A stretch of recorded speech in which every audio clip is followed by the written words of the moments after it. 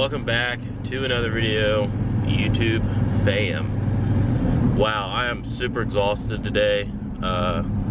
Yesterday we did all kinds of stuff in the shop. I completely redid how I got the office set up. Bailey was working on 450 all day, and I got just a lot of office stuff done that needed done. The office was completely trashed. It was embarrassing having customers come in. It's Saturday morning now, and just leaving the house.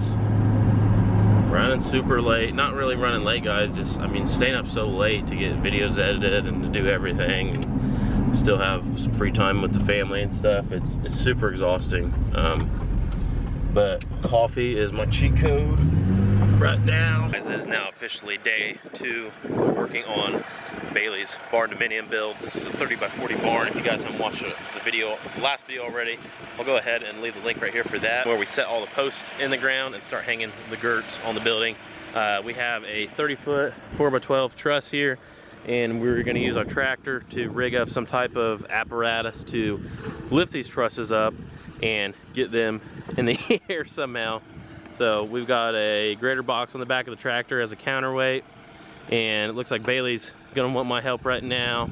We're gonna hang this inside header board real quick, and then we can start getting these trusses lifted and put on top of the building. All right, guys, we got the header boards installed. Now we're going to rig up some type of contraption to lift an end truss on. We're gonna put an end truss on the south wall. Basically,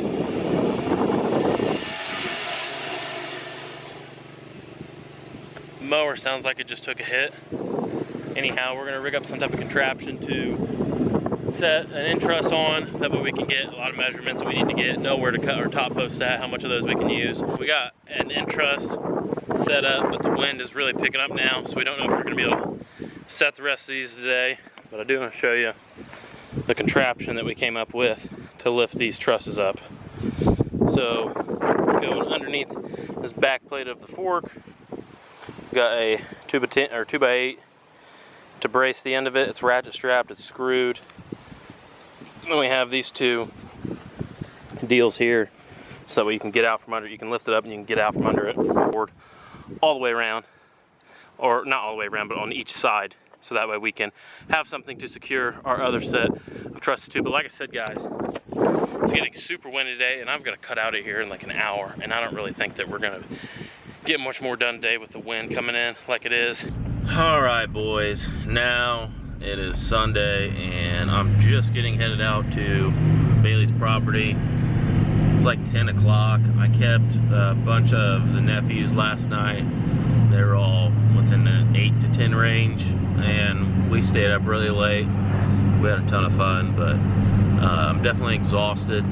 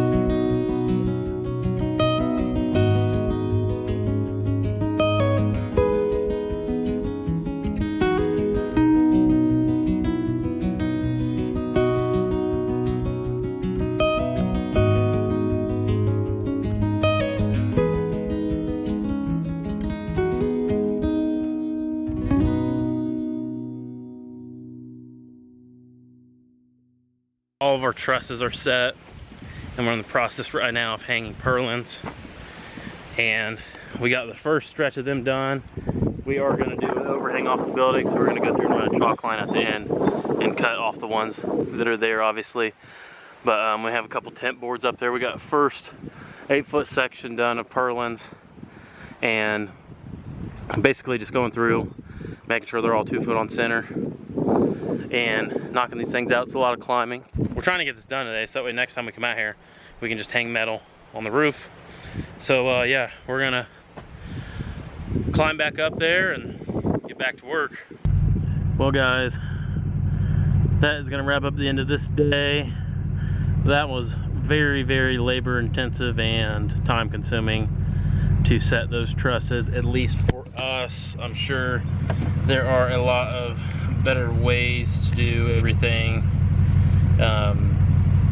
You know, we're just like towards the end we found out faster ways to square up all the truss and all that stuff, but it's just it's a lot more time consuming. Getting them up there only took like an hour to get them all up there, and then just setting those purlins together just took quite a while, to be honest with you guys. But I think the other side, since all the trusses are now like exactly where they need to be on both sides, I think the other wall is going to go a lot easier. But it's getting really late and it's Sunday, so we got to work tomorrow. So all right guys, it's Monday and we're back in the shop knocking out some stuff.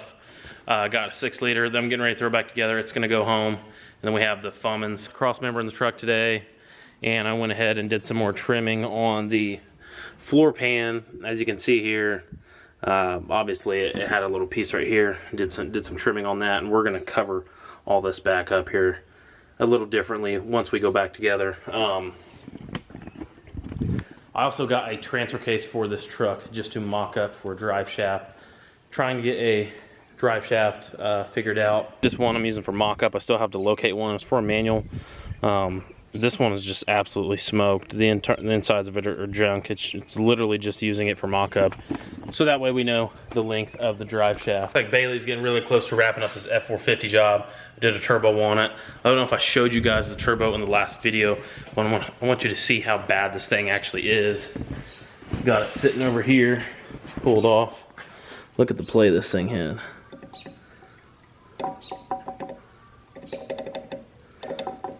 This truck had already been updated to a 15 style turbo, and it's only a 12 truck. Already had the update done on a newer style turbo, and it still had a failure, which sucks, man. It's almost always the 11 to 14 models that have the turbo issue, so kind of unfortunate on that one. But got the brake pedal installed in the Fummins, and it is functional. Try to give you a little idea how that works. Chevy Hydro Boost,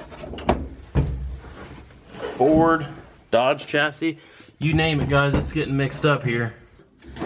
Have plenty of travel there on our brake pedal. We got all new Dorman bushings. I got part number, I think it's a 94, I can't remember, but it's a, here it is, Dorman part.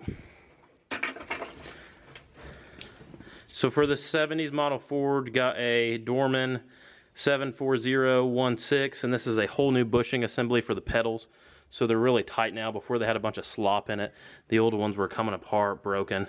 Got all new bushings in there.